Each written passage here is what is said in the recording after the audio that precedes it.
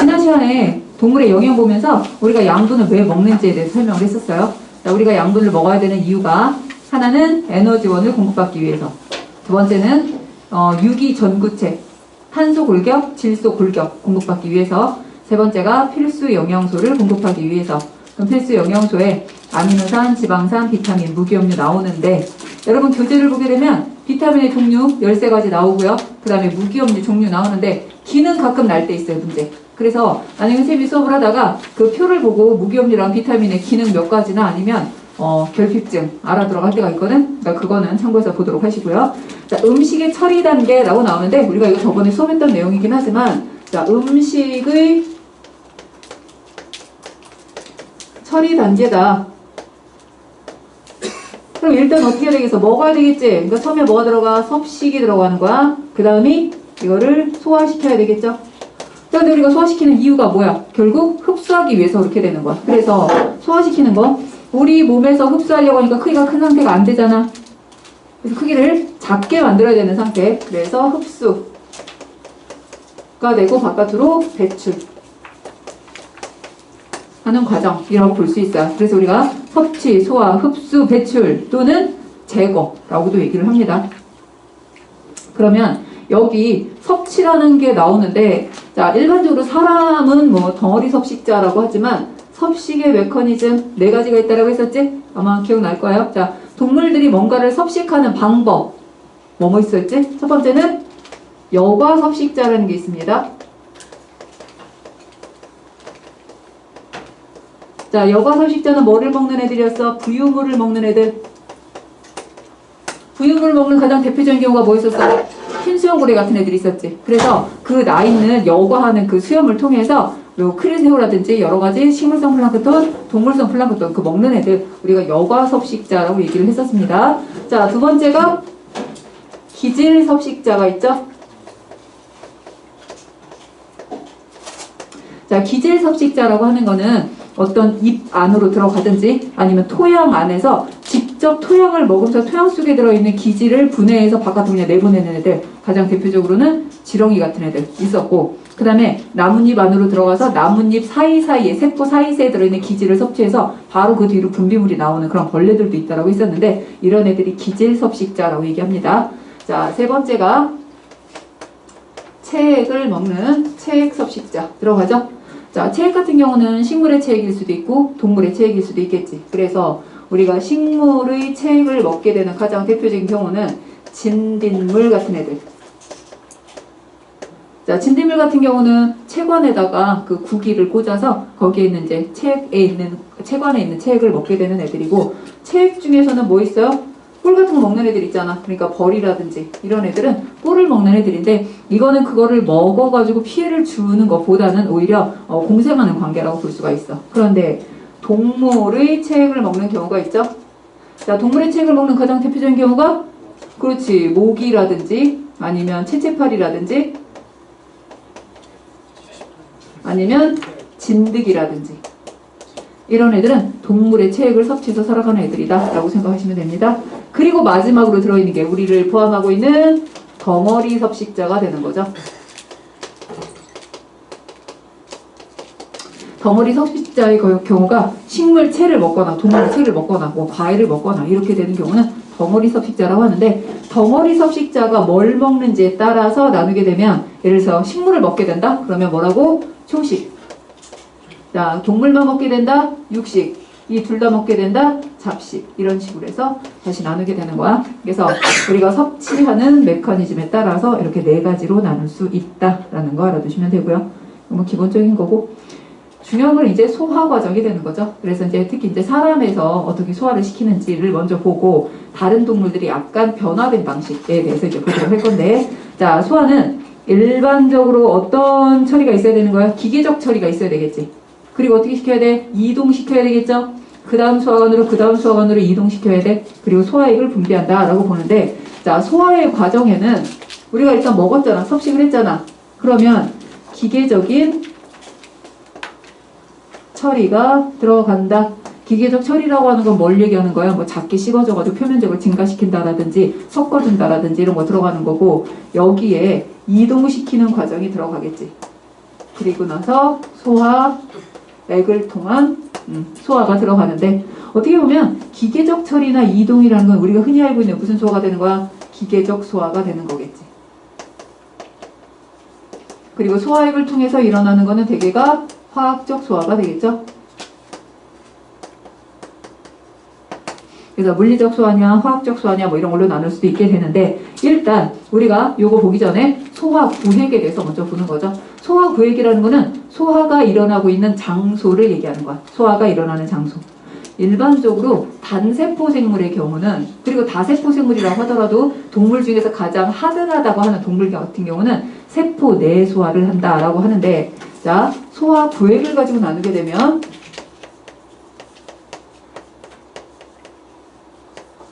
구획으로 나누게 되면 일단 세포 내 소화가 돼요.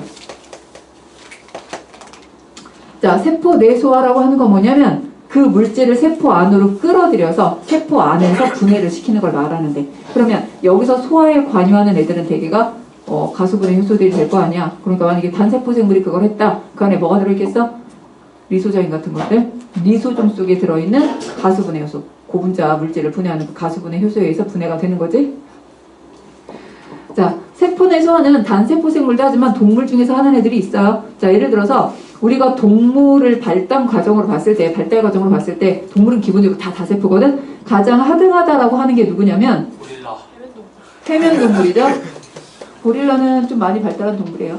자, 해면동물. 그 다음이 자포동물. 이렇게 들어가요.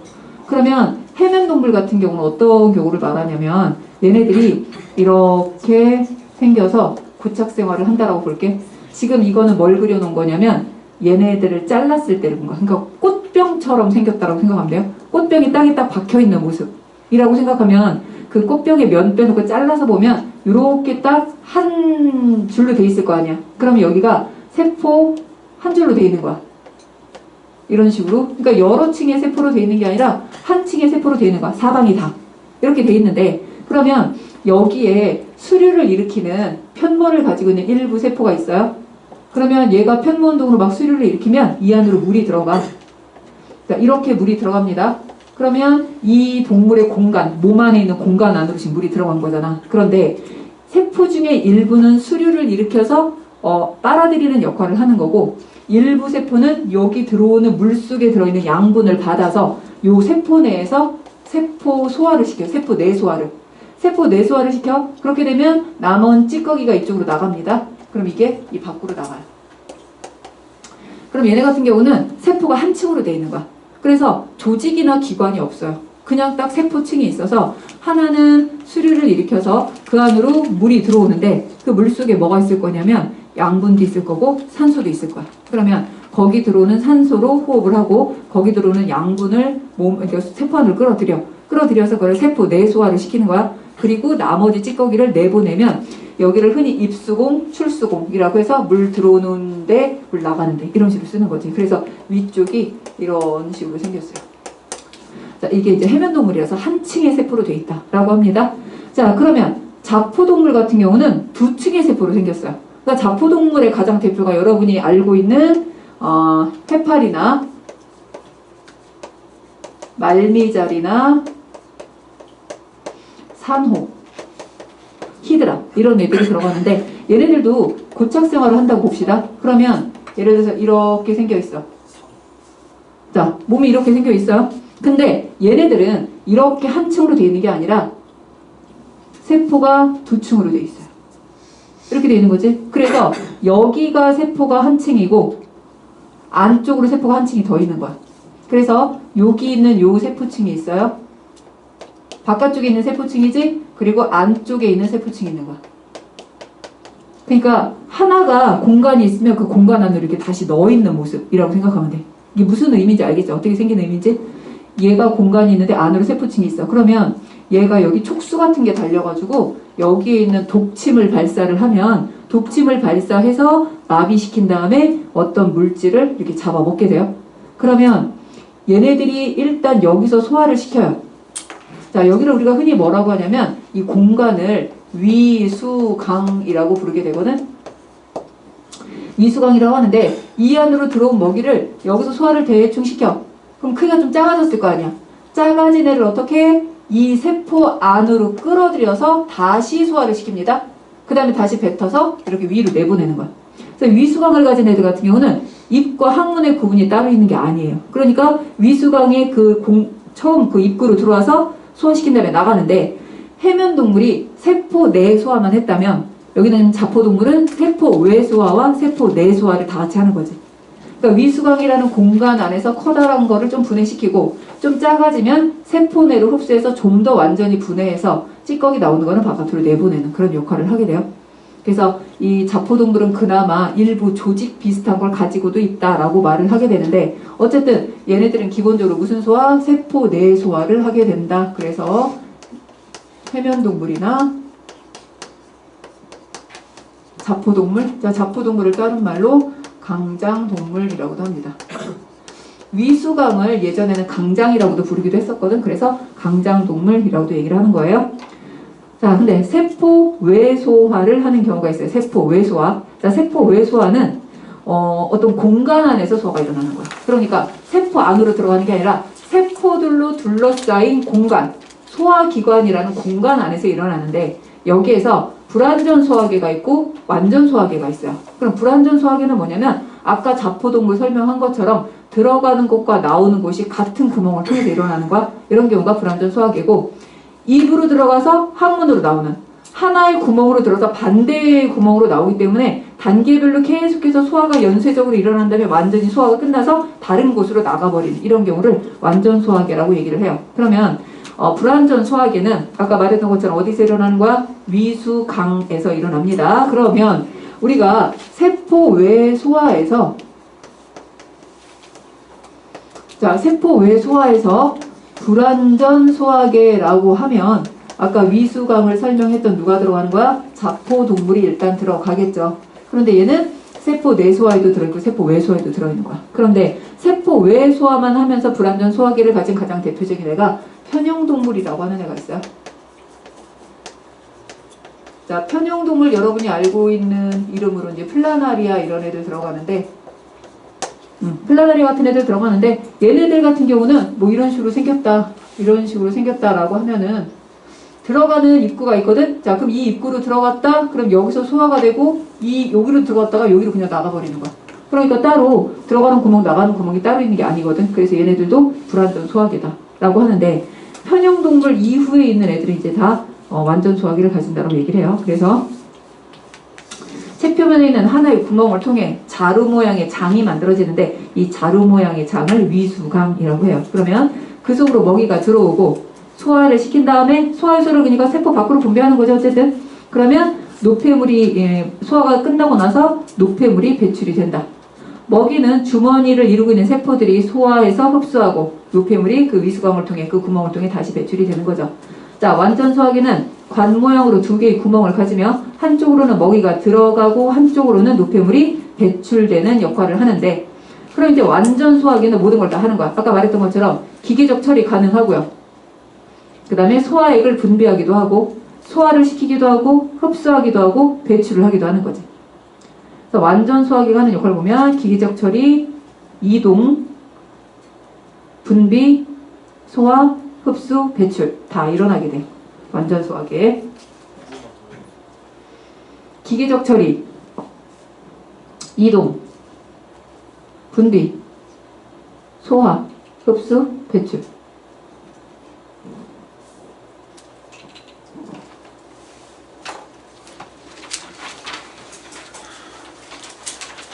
뒤로 넘겨서 소화기관, 소화관, 소화샘, 소화액, 소화효소는 다 아는 내용이니까 그냥 넘어가는 거로 하고요. 소화기관이 뭔지 알죠? 위, 소장, 대장, 이자 이런 거 다 알잖아. 아이, 장난해? 소화기관이랑 소화관이랑 뭐가 다르지? 소화기관이랑 소화관이랑 뭐가 달라? 누가 좀 더 큰 범위일 것 같아? 소화기관이. 그럼 소화관은 뭐냐면 음식물이 지나가는 길만 얘기하는 거야. 음식물이 지나가는 길만. 근데 음식물은 지나가지 않지만 소화에 관여하는 애들 있잖아. 예를 들면 이자나 간이나 쓸개 같은 애들은 음식이 직접 가지는 않잖아. 그러니까 소화관 플러스 알파. 그 알파가 이자, 쓸개, 간 이런 거겠지. 그것까지 포함하면 소화기관. 음식물이 지나가는 관만 하면 소화관이라고 하는 거죠. 소화샘은 소화액을 분비하는 상피세포들이죠. 소화액을 분비하는 상피세포. 위샘, 침샘, 장샘, 이자샘 뭐 이런 것들이고, 소화액은 침, 위액, 장액, 쓰개즙. 소화효소는 영어로 된 애들. 아밀레이스, 펩신, 트립신. 그러니까 소화액을 적으라면 소화액을 적으셔야 돼요. 예를 들면 지방 소화에 관여하는 소화액을 적어라. 그럼 라이페이스 하면 안 된다는 얘기야. 이자액. 그리고 지방 소화에 관여하는 소화 효소를 적어라. 그럼 라이페이스라고 해야 되는 거지. 소화액은 한글, 소화 효소는 영어. 그렇게 들어가는 거죠. 뭐라고? 너무 어렵다고? 자, 소화효소, 소화의 종류, 기계적 소화 세 가지 있지 뭐. 씹는 운동 어디서? 입에서. 자, 그 다음 연동 운동 뭐죠? 이동하는 거죠, 이동. 자, 연동 운동은 뭐에 의해서 일어나나요? 근육에 의해서. 몇 종류의 근육인가요?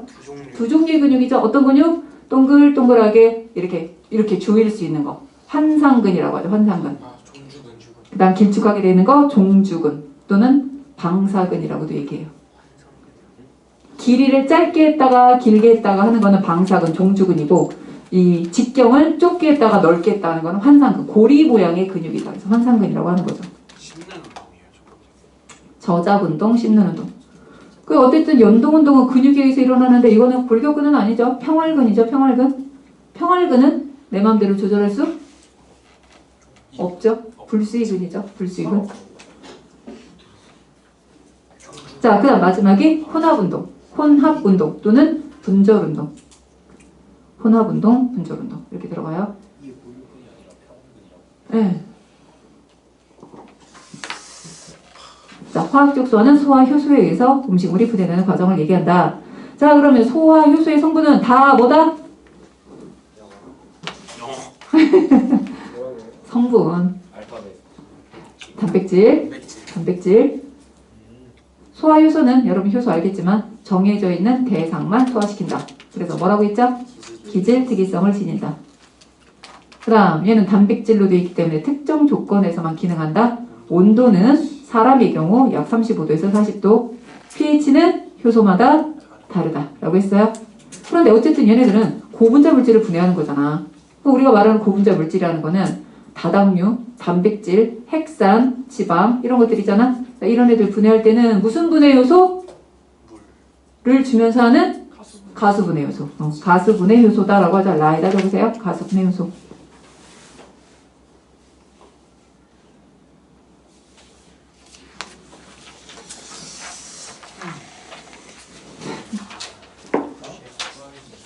자, 입에서의 수업부터 쭉 봅니다. 이제 여러분, 이거 우리 1년 전에 했던 거. 자, 입에서의 소화, 기계적 소화가 있고 화학적 소화가 있겠죠. 옛날에 이 표가 뒤에 뭐 있죠? 있어요. 표가 2개. 뒤에 쓰면 되죠. 그냥 여러분이 그냥 써도 돼요. 예? 기억 나는 거를. 한번 볼까? 뮤테이스 있잖아. 자, 우리 지금 이 3페이지의 그 표 2번. 자, 입에 있는 소화액 뭘까요? 침, 효소는? 그렇지, 아밀레이스. 그럼 녹말을 몇 당 플러스 굳이 말할 때 덱스트린 이렇게 얘기하죠. 덱스트린. 녹말이 분해되다가만 덩어리 이런 걸 덱스트린이라고 얘기해요. 자, 위에는 소화액은? 위에. 효소는? 펩신. 펩신은 단백질을 펩톤으로 만든다고 하죠. 펩톤. 폴리펩타이드라고도 하는데 펩톤. 그 상태를 얘기할 때는 펩톤이라고 얘기를 해요. 펩톤. 펩톤은 펩신에 의해서 소화된 모습. 트립신에 의해서 소화된 후의 모습은 트립톤. 이런 식으로 얘기하거든. 펩톤, 트립톤. 이렇게 얘기하는데 어떻게 보면 폴리펩타이드가 덩어리져 있는 상태라고 생각하면 되는 거예요. 자, 간에서 만들어지는 소화액은? 그렇지. 쓸개즙이죠. 효소는? 없죠. 그러니까 최저 pH도 굳이 말할 필요가 없는 거지. 왜냐면 pH는 효소 때문에 생기는 거니까. 그러면 쓸개즙의 기능은 뭐였지? 지방을 지방 음식물 유화라고 하는데 지방 음식물의 표면적을 증가시키는 거야. 큰 덩어리 지방 음식물을 작은 덩어리로 만들어서 지방 음식물을 표면적으로 증가시킨다. 라이피스가 기능 잘할 수 있도록. 자, 이자 소화액은 이자액. 이자액 분비 촉진 호르몬 뭐였지? 그렇지, 세크레틴이었죠. 또 있긴 있는데 일단 세크레틴. 자, 그러면 이자액의 특징은 모든 영양소의 소화 요소를 다 가지고 있다. 자, 모든 영양소의 소화 요소 네 가지가 있습니다. 뭐? 탄, 단, 지, 핵산. 자, 그래서 첫 번째 탄수화물. 탄수화물에 해당하는 효소 누가 있을까요? 아밀레이스 아밀레이스 있죠. 아밀레이스 위에 나왔는데 왜 또 나와? 한 번 더. 왜? 이게 그냥 삼킬 수 있으니까. 그렇지. 입에서의 소화는 제대로 일어나지 않은 상태로 그냥 위로 내려가 버릴 수 있기 때문에 녹말이 아직까지 소화되지 않은 애들이 훨씬 많아. 그래서 우리 마음대로 소화시킬 수 없는 그곳에 아밀레이스가 다시 나와줘야 돼. 이자 아밀레이스가 나옵니다. 자, 그럼 두 번째 단백질을 볼까요? 아무것도 안 써있죠? 두 번째가 지질인가요? 자, 지질은 누구죠? 아까 누구라고 그랬어? 그렇지, 라이페이스. 라이페이스는 지방산과 모노글리세리드. 지방산 몇 개? 두 개. 모노글리세리드 몇 개? 한 개. 모노글리세리드란 지방산 하나, 글리세롤 하나. 그렇지. 글리세롤 하나에다가 지방산 하나 붙은 게 모노글리세리드. 그래서 지방산 두 개, 모노글리세리드 하나라고 합니다. 자, 그러면 단백질 소화효소 여기서는 두 개가 나와요. 트립신과 키모트립신. 트립신과 키모트립신. 여기 나오는 애들하고 아까 나온 위에서 나온 펩신은 나올 때 어떤 상태로 나온다? 비활성화 상태로 나온다는 건 알고 있죠? 단백질 소화효소들은 비활성화 상태로 나와서 나온 다음에 활성화가 된다 라고 했었어요. 좀 이따 자세히 다시 설명할게요. 자, 그 다음 핵산분해 효소는 뭐라고 하지? 우리가 핵산을 뉴클레익 애시드라고 하잖아. 뉴클레이스라고 하죠. 뉴클레이스. 근데 단백질이 뭐대요?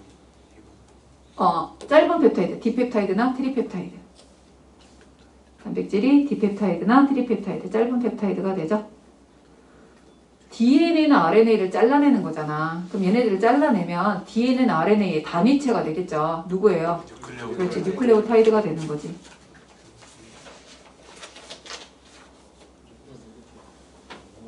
정말 모르네요. 이제 엿당으로 돼야지. 이제아까지 작용을 하면 이제 완전히 2당류로 나눠줘야죠. 엿당으로 돼야죠. 자, 그러면 소장으로 갑니다. 소장에서 나오는 그 소화액은 그냥 장액이라고 흔히 얘기를 하는데 웬만하면 12지장에서 다 나와요. 그러니까는 우리가 소장을 보면 12지장, 공장, 회장이라고 얘기를 해. 그래서 그러니까 위장 자체가 소장 자체가 6m 정도 된다라고 하면 12지장이 차지하는 거는 25에서 30cm 정도밖에 안 돼요. 근데 거기에서 웬만한 장액 다 나오고 쓸개즙도 거기로, 이자액도 거기로 다 분비가 되는 거야. 그러니까 우리가 소장으로 분비된다고는 하지만 쓸개즙도 12지장으로 분비되는 거고 이자액도 12지장으로 분비되면 여기서 웬만한 소화가 다 일어나고 나머지 공장하고 회장에서는 주로 흡수 역할을 한다라고 이제 생각을 해야 되거든. 자, 그러면 이자액의 특징은 두 가지가 있어요. 두 가지가 뭐냐면 하나는 그러니까 모든 영양소의 소화효소가 다 포함되어 있다라는 것도 있고, 두 번째는 여기에 pH를 맞춰주는 중탄산, 탄산수 나트륨이 이제 여기 포함되어 있는 거지. 이자액이. 왜? 위액에 들어있던 음식물이 산성이었잖아. 산성인데 이자액에서 작용하는 효소들은 pH가 중성쯤에서 작용을 한단 말이야. 또는 약간 염기성. 그렇기 때문에 얘네가 중화가 되지 않으면 기능을 할 수가 없거든. 그래서 중탄산 나트륨, 탄산수 나트륨이 포함되어 있어야 돼, 이자액에. 자, 그 다음 소장. 소장은 이제 최종 소화해야 되겠죠. 그래서 탄수화물 소화 효소가 이제 2당류 소화 효소 세 가지가 나오면 엿당 소화 효소는 말테이스, 젖당 소화 효소는 락테이스, 설당 소화 효소는 수크레이스. 그러면 엿당은 포도당과 포도당, 젖당은 포도당과 갈락토스, 설탕은 포도당과 과당. 자, 마지막으로 아미노산으로 소화시켜줄 펩티데이스가 나오겠죠. 단백질 소화효소로는 펩티데이스가 나올 거예요. 그럼 트리펩타이드나 디펩타이드를 완전히 아미노산 상태로.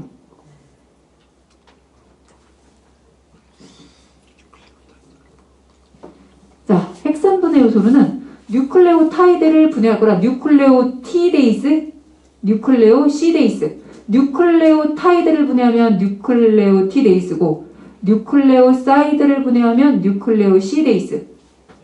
뉴클레오사이드가 뭐 얘기하는 거였지?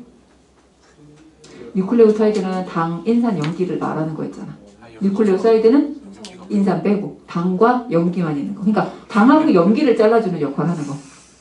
당하고 염기를 분해하는 역할을 하는 거. 이거를 이제 뉴클레오시데이스라고도 한다는 얘기예요.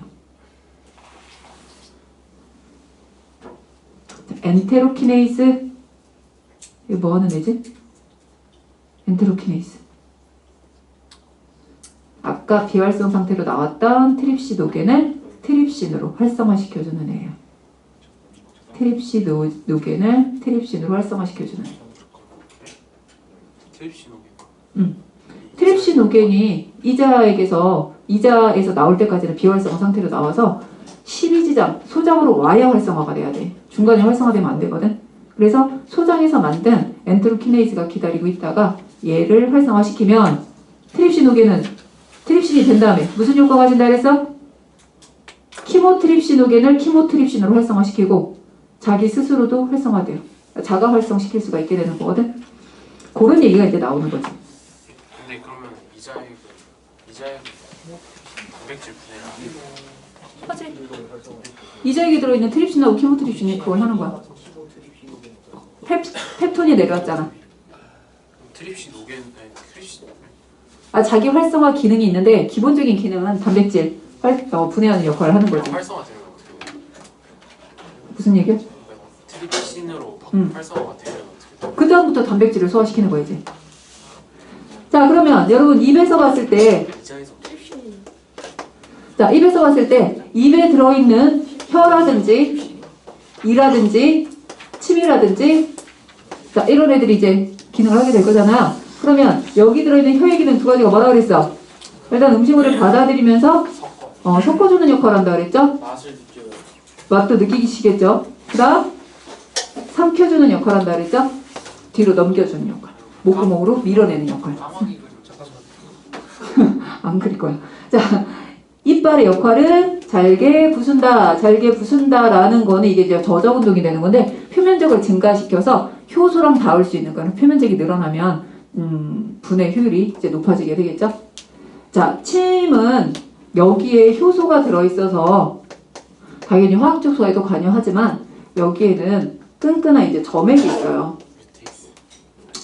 그 성분이 이제 있는 거죠, 어떻게 보면. 그래서 점액이 있는데 우리가 침샘이 혀밑샘, 턱밑샘, 귀밑샘 뭐 이렇게 있다고 하는데 어떤 경우는 그냥 소화효소가 많은 그런 침이 나오고 어떤 경우는 굉장히 점액이 많은 끈끈한 침이 나오게 된단 말이에요. 특히 병원균이 침입했을 때는 점액의 양이 굉장히 많아져. 그러니까 여러분이 몸이 별로 그러니까 좋을 때는 괜찮은데 몸이 안 좋으면 침이 굉장히 쓰게 느껴지거나 굉장히 끈적끈적하게 느껴지는 경우는 거기에 살균 효과를 가지고 있는 점액이 많이 나와서 그렇게 되는 건데 일단 이 점액이 미끈미끈하기 때문에 잇몸이라든지 입 안의 내부를 보호하는 역할을 한다. 미끌미끌하기 때문에 마찰력을 작게 만들어서 음식물 먹을 때 날카로운 걸 먹어도 찢기거나 이렇게 다치지 않게 그냥 미끄러지게 만들어주는 작용을 한다라고 얘기를 했었고 그 다음에 얘네 같은 경우가 음식물을 적시는 역할을 하잖아요. 음식물을 적시면서 소화효소가 훨씬 더 빠르게 반응할 수 있도록 만들어주는 거고 그 다음에 여기에 라이소자임이라고 하는 살균 물질이 들어있어서 얘네들이 음식물과 같이 들어온 균들을 분해시켜주는 그런 역할도 하는 거예요. 그리고 이제 화학적 소화로는 아까 말한 아밀레이스가 기능을 하게 되겠지. 근데 입에서의 소화는 그냥 처음에 들어왔으니까 소화를 시키는 거고 여기서의 소화는 완벽하지 않다라고 하기 때문에 아까 말했던 것처럼 아밀레이스가 한 번 더 나와줘서 탄수화물 소화를 시켜야 된다라고 얘기를 하는데 자 그러면 얘가 이제 삼키는 순간 이걸 뭐라고 한다? 삼키기 반사라고 합니다. 삼키기 반사라고 하는데 평상시에 여러분의 기도는 열려 있고요. 식도는 닫혀 있어요. 그렇기 때문에 평상시에 말을 하거나 뭘 할 때는 기도가 지금 열려있는 상태고 식도는 닫혀있는 상태라고 봐야 되는 거거든. 그때가 어떤 상태가 되냐면 후두개가 어떻게 올라가 있는 상태라고 봐야 되겠지. 후두개가 올라가 있는 상태고, 그러니까 열려있는 상태라고 봐야 돼, 후두개가. 자, 그런데 우리가 음식물을 삼키려고 하면 후두로 가는, 기관으로 가는 후두개가 닫혀야 되거든. 그래서 우리가 삼키기 반사에서 기도가 앞쪽에 있잖아요. 자, 기도가 앞쪽에 있고 뒤쪽에 누가 있는 거야? 식도가 있는 거지. 그 다음에 여기서 음식물이 이렇게 넘어오게 되는 건데, 평상시에는 기도가 열려있어 있지만 지금은 기도가 닫히고 식도로 넘어가야 돼. 그럼 어디로도 또 가는 걸 막아야 돼? 비강으로 가는 것도 막아야 되는 거잖아. 비강으로도 가지 말아야 되고 기도로도 가지 말아야 돼. 그리고 식도로만 가야 되는 거야. 그러려면 기도로 가는 문도 닫혀야 되고 비강으로 가는 문도 닫혀야 된다고 했지. 그래서 비강, 코로 가는 여기를 뭐라고 한다 그랬어? 연구개. 기도로 가는 거는 후두개. 다시 말하면 공기가 통하는 길은 일단 다 닫아놓게 되는 거예요. 공기가 통하는 길은.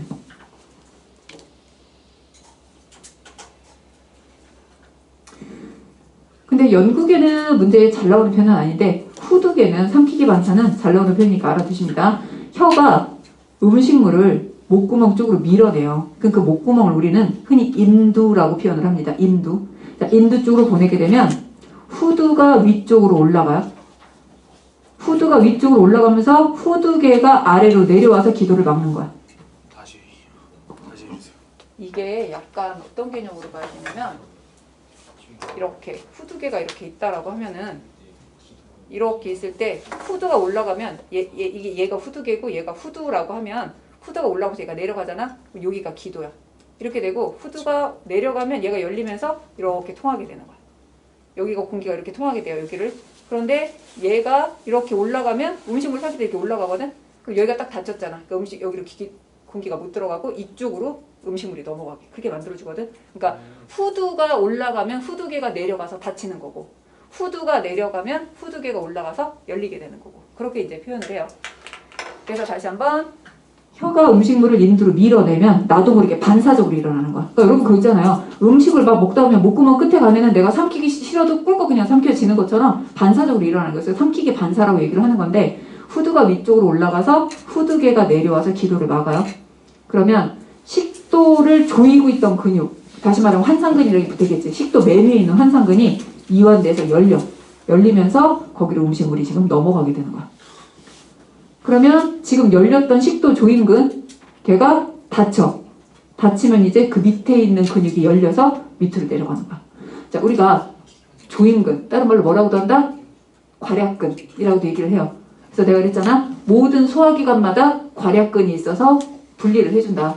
제일 시작할 때 처음 괄약근이 어디야? 입술이 되는 거야. 입술. 그 다음에 식도 괄약근, 식도 조임근이라고 하죠.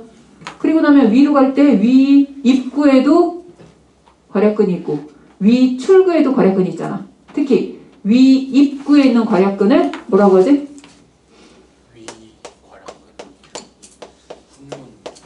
분문이라고 하고 위 출구에 있는 거 뭐라고 하지? 그렇지. 유문반사라고 해서 유문이라고 하잖아.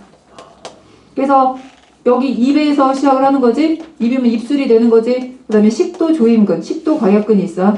그러면 식도 맨 앞에는 식도 조임근이 있는 거고 식도 끝나는 곳에 분문이 있는 거야. 위가 시작하는 곳에 분문이 있고 위가 끝나는 곳에 유문이 있는 거지. 그럼 다시 말하면 소장이 시작하는 곳에 유문이 있는 거잖아. 그죠? 소장이 시작하는 곳에 유문으로 시작하는, 유문이 열리면 소장으로 음식물이 가는 거야. 유문이 닫혀 있으면 위에서 음식물이 소장으로 안 내려가거든. 그런데 유문이 열리는 순간 위에 있는 음식물이 이렇게 내려가게 되는 거야. 어쨌든 그래서 지금 이렇게 삼키기 반사가 일어나면서 이제 식도를 가면 아까 말한 것처럼 환상근과 종주근 두 개의 평활근의 그 운동에 의해서 저절로 음식물이 아래로 내려가게 돼 있어. 그때는 이제 내 마음대로 조절할 수 있는 상황은 아닌 거야. 그래서 어디에 도착한다? 위에 도착을 하는 거지. 자, 위에 도착하게 되면 위는 좀 잘 보셔야 돼요. 위가 아까 말한 것처럼 입구를 분문이라고 한다. 분문도 평상시에 닫혀있고 유문도 닫혀있는 상태라고 하면 분문은 언제 열리겠어요? 음식물이 내려올 때 열리겠지? 그럼 음식물이 내려오고 나서는 닫혀. 왜? 역류를 막아야 되잖아. 여기가 pH가 낮은 상태라서 얘가 이제 위로 올라가게 되면은 그 식도에 있는 상피 조직 이런 데 이제 문제를 일으킬 수 있기 때문에 그 부분을 이제 막아줘야 되는 건데, 자, 위 같은 경우가 어떻게 보면 최초로 제대로 작용하는 소화기관이라고도 볼 수가 있어. 입이나 식도에서는 그다지 기능을 많이 하는 편이 아니기 때문에.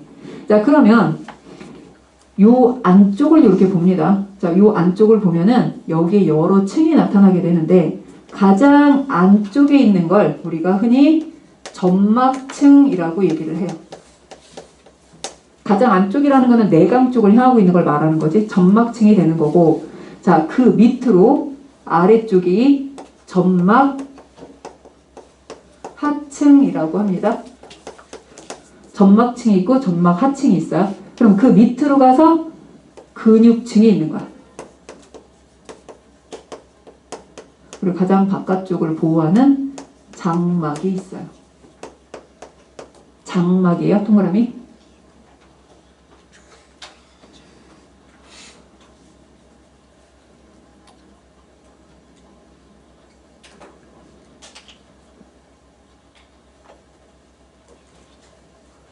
자, 그럼 점막층이라는 건 가장 안쪽에 있는 거잖아. 그럼 얘가 하는 역할이 뭐겠어? 일단 소화액 분비. 그래서 얘가 내분비샘도 될 수 있고, 보이나? 외분비샘이 될 수도 있고. 그러니까 위액을 분비한다, 장액을 분비한다, 이거 다 누가 하는 거야? 점막층에서 한다라고 봐야 돼요. 그런데 소장의 점막층은 장액을 분비하기도 하지만, 십이지장 같은 경우에는 장액을 분비하겠지만, 아까 내가 공장이나 회장들은 뭐 한다 그랬어? 양분 흡수한다 그랬지? 그러니까 점막층에서 양분을 흡수하는 기능도 가지고 있는 거지. 점막층에서. 점막 하층에 뭐가 있냐면 혈관이나 림프관이나 아니면 신경 같은 것들이 점막 하층에 존재하고 있어요. 신경이나 림프관이나 뭐 이런 것들이 이제 여기 존재하는 거야. 그래서 여기 점막층에만 만약에 암이 생기면 우리가 상피암이라고 말을 하는 거고, 여기 아래까지 내려서 림프를 건들면 이제 제대로 된 암에 걸리는 거거든. 그래서 림프가 얼마나 많이 암세포에 잠식됐느냐에 따라서 몇 기다 뭐 이런 식으로 얘기한다라고 해요. 그래서 점막 하층에 혈관과 림프관과 신경이 존재하고 있다. 근육은 당연히 아까 말한 그 근육을 말하는 건데, 다른 애들은 환상근하고 종주근으로 만들어 있잖아. 위만 근육이 하나 더 있어. 그러니까 예를 들면 환상근은 이렇게 동그랗게 생겼으니까 옆으로 있다고 치면, 종주근은 이렇게 세로로 있는 거잖아. 그러면 하나 근육이 더 있어서 이렇게 비스듬히 있는. 그래서 위 운동을 본 다른 애들은 이게 커졌다 작아졌다 커졌다 작아졌다는 꿈틀꿈틀 운동을 하면, 위는 쥐어 짜는 운동, 그런 이제 식으로 운동이 된단 말이야. 그래서 이 근육 내사근, 그 다음에 환상근, 종주근, 안쪽부터 내사근, 바깥쪽에 환상근, 더 바깥쪽에 종주근, 이렇게 있는 거야.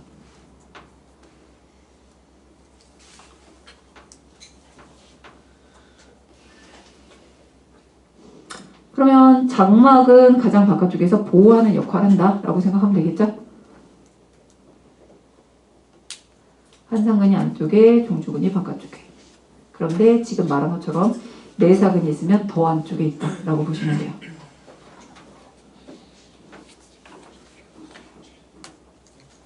자, 그러면 위에서 분비되는 그 소화액을 한번 보도록 할게요.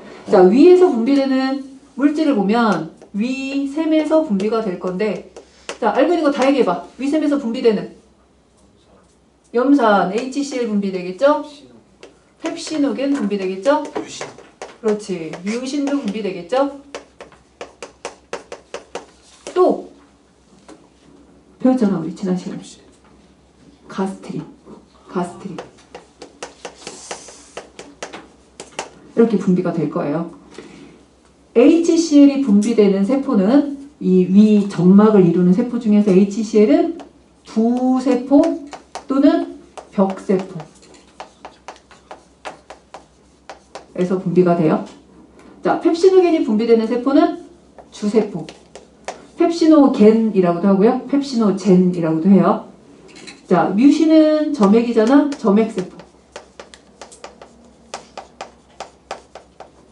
얘가 이 점액을 분비하는데 이 성분 중에서 요소 성분도 일부가 들어있대요. 요소가 뭔지 알죠? 단백질, 그 암모니아 약간 합쳐서 만들어진 그거. 가스트린은 그때 우리 무슨 세포라 그랬어? G세포. 세 개는 어떻게 보면 외분비샘이라면 요거 하나는 내분비샘에서 만들어졌다. 이렇게 봐야 되는 거지. 뮤신이 하는 역할은 무슨 역할이었어요? 위벽을 보호하는 역할. 기본으로 들어가고 가스틴을 일단 만들어주면 어디로? 혈관으로 분비돼. 그럼 혈관으로 분비된 다음에 어딜 가겠어? 심장으로 갔다가 다시 위로 와서 위액 분비를 촉진합니다.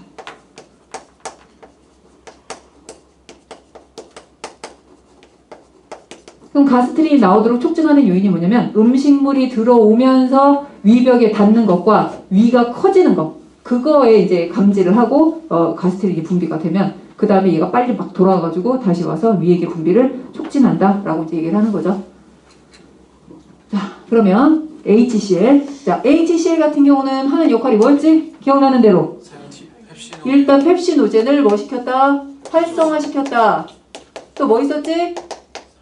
살균작용이 있었죠. 그래서 음식물이 위에서 오래 머물러 있어도 부패되지 않도록 살균작용이 있었고 중요한 역할 하나가 있었는데 또 뭐 있었어? 단백질 음식물을 변성시킨다 그랬지.